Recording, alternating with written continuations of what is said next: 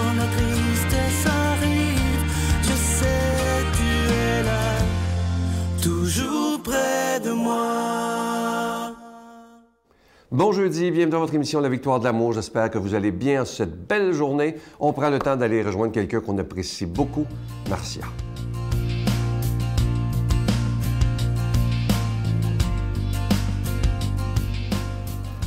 On est encore au mois de janvier, donc on peut vous souhaiter bonne année. Hein? Sœur Angèle l'a dit l'autre fois, on a le droit jusqu'à la fin janvier de souhaiter bonne année.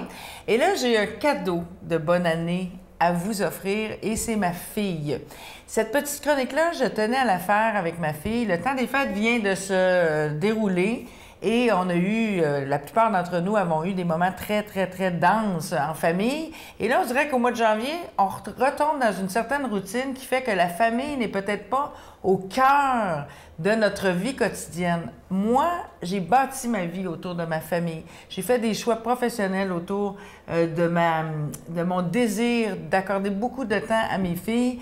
Puis là, je vous en parle souvent de ça, mais je me suis dit, qui de mieux qu'Adèle pour témoigner de ce que ça fait dans une vie de jeune femme d'avoir eu une mère qui a consacré, je ne dis pas que je me suis donnée à ma famille, mais ça a été au cœur de ma priorité. Fait que je vais te laisser le temps qui reste de la chronique pour répondre à la question « Qu'est-ce que tu pourrais dire aux parents qui nous écoutent dans une perspective spirituelle, d'éducation d'enfants?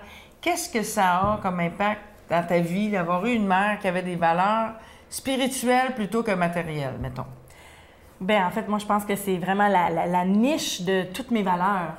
C'est de là qu'est partie mes valeurs familiales sur lesquelles elles sont basées, mes valeurs de prendre soin de moi aussi. Le fait que tu nous aies mis en priorité, que tu aies orchestré ta vie autour de nous plutôt que de nous orchestrer autour de ta vie, fait en sorte que, je vais parler de moi actuellement, peut-être que je reviendrai dans le passé, mais moi, étant une mère de famille aussi, c'est sûr que je fais pareil parce que je ne crois pas ça possible de partir une vie et de donner et offrir à un enfant de partir sa vie sur des bases qui sont autres que celles de l'amour, en fait. Pour moi, le fait que tu aies fait ça pour nous a vraiment donné le ton à ce qui était vraiment l'amour. Pour moi, l'amour d'un parent n'était pas d'acheter des choses, de se faire offrir, mais c'était d'avoir du temps. Exactement. C'était oui, c'est ça, de prendre le temps, d'avoir du temps, d'offrir du temps.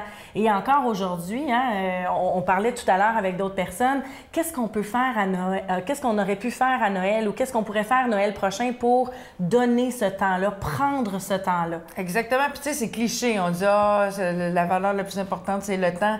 Mais au-delà du cliché, il faut l'appliquer dans la vie quotidienne. Puis moi, quand je vois Adèle, ma fille de 31 ans, avec mon petit-fils, qui est son fils Gustave, 3 ans, perpétuer ces valeurs-là, je vous dis, là, Adèle, tu le sais, des fois, je pleure en venant chez nous dans mon auto parce que je me dis, wow, OK, ça a valu le coup, ça a valu la peine de vivre une vie peut-être plus marginale, en dehors de la consommation, dans des valeurs spirituelles, sans être pour autant très rigide, très souple, les valeurs de l'amour. Fait que je pense que ce petit témoignage-là, Adèle, merci beaucoup. De rien. Hein? Qu'est-ce que tu pourrais dire en terminant rapidement, en une phrase, aux gens qui nous écoutent, aux parents, pour leur donner le goût de mettre ça au cœur de leur vie? Bien, moi, je vous dirais, offrez-vous le temps et offrez à vos enfants le temps et l'espace d'être ensemble. Merci! Notre Père qui es aux cieux, que ton nom soit sanctifié, que ton règne vienne, que ta volonté soit faite sur la terre comme au ciel. Donne-nous aujourd'hui notre pain de ce jour. Pardonne-nous nos offenses comme nous pardonnons à ceux qui nous ont offensés. Ne nous laisse pas entrer en tentation, mais délivre-nous du mal, car c'est à toi qu'appartient le règne, la puissance et la gloire pour les siècles des siècles. Amen. La Victoire de l'amour présente Rencontrer Jésus vivant et agissant. Retrouvez l'abbé Donald Thompson et Pierre-Luc Bordelot et faites l'expérience du ressuscité exalté. À travers cette retraite spirituelle enrichissante, propulsez votre foi à un tout autre niveau. À partir de 39,99 $, obtenez-la en ligne sur notre site internet lavictoiredelamour.org ou en format DVD au 514-523-4433 ou 1-888-811-92-91. Offrez-vous cette rencontre avec le Christ.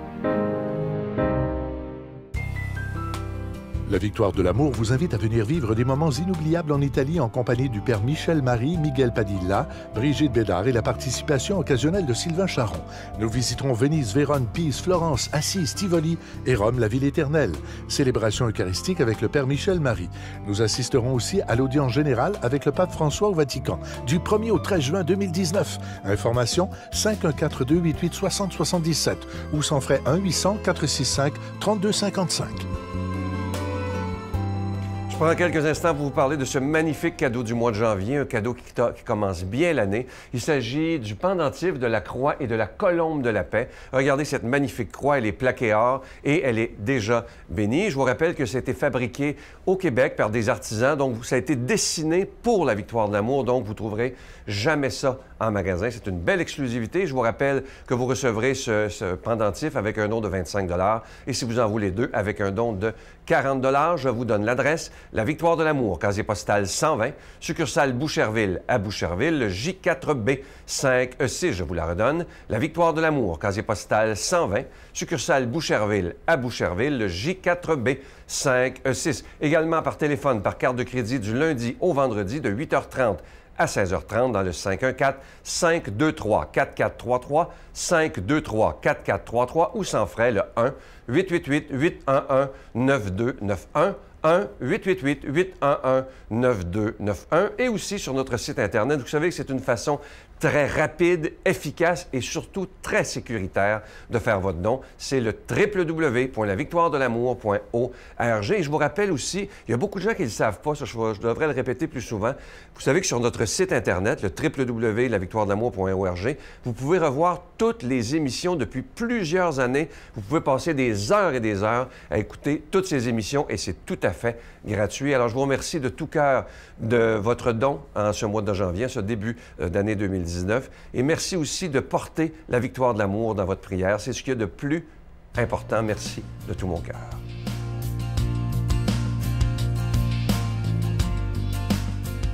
Mon Dieu, donnez-moi la sérénité d'accepter les choses que je ne peux changer, le courage de changer les choses que je peux et la sagesse d'en connaître la différence.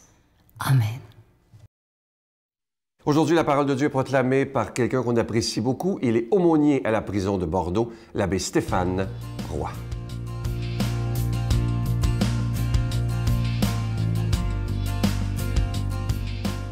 Bonjour à toi aujourd'hui. Bon jeudi matin. Évangile de Jésus-Christ selon saint Marc. Un lépreux vient auprès de Jésus. Il le supplie et, tombant à ses genoux, lui dit « Si tu le veux, tu peux me purifier. » Saisi de compassion, Jésus étendit la main, le toucha et lui dit « Je le veux, sois purifié. » À l'instant même, la lèpre le quitta et il fut purifié. Avec fermeté, Jésus le renvoya aussitôt en lui disant « Attention, ne dis rien à personne, mais va te montrer au prêtre et donne pour ta purification ce que Moïse a prescrit dans la loi.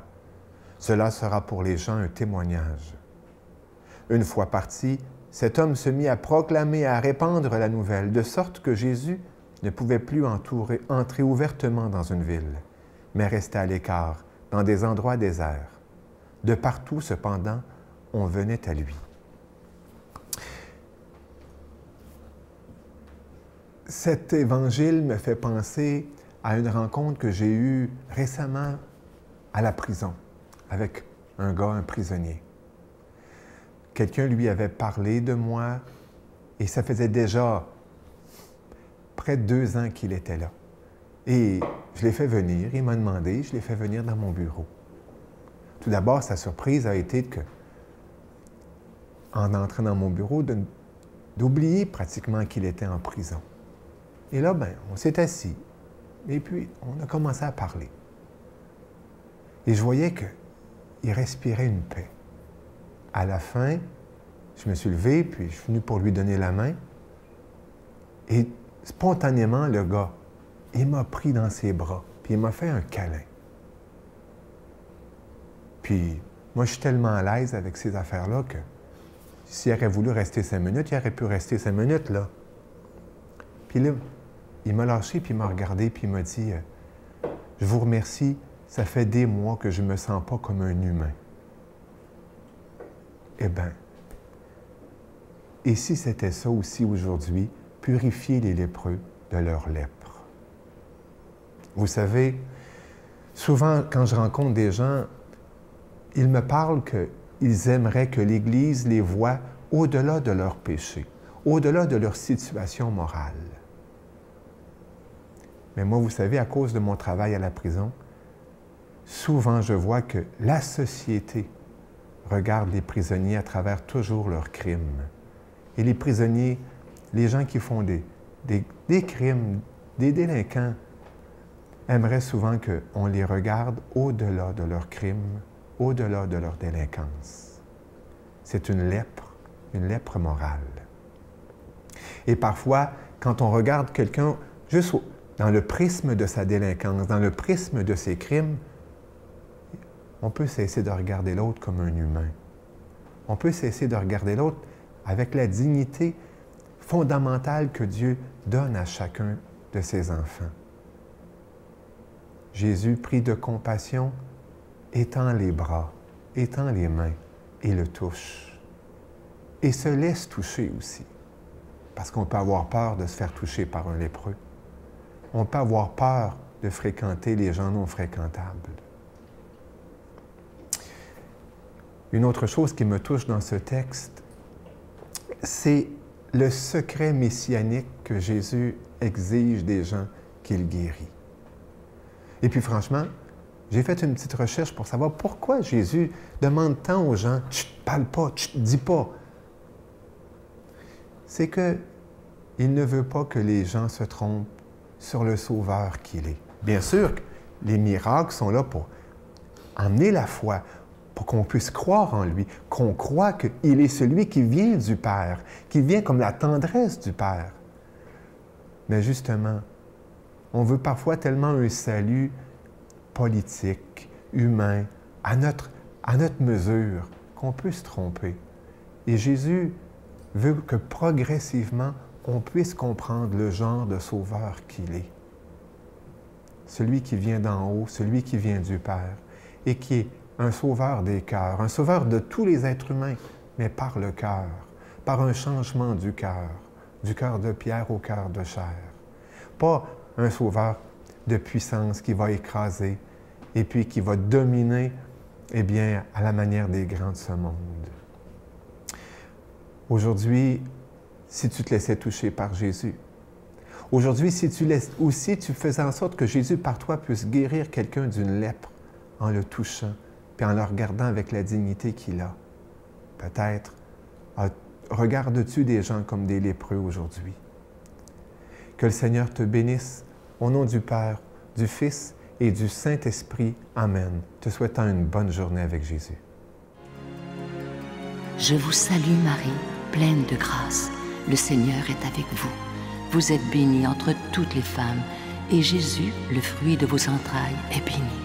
Sainte Marie, Mère de Dieu, priez pour nous pauvres pécheurs, maintenant et à l'heure de notre mort. Amen.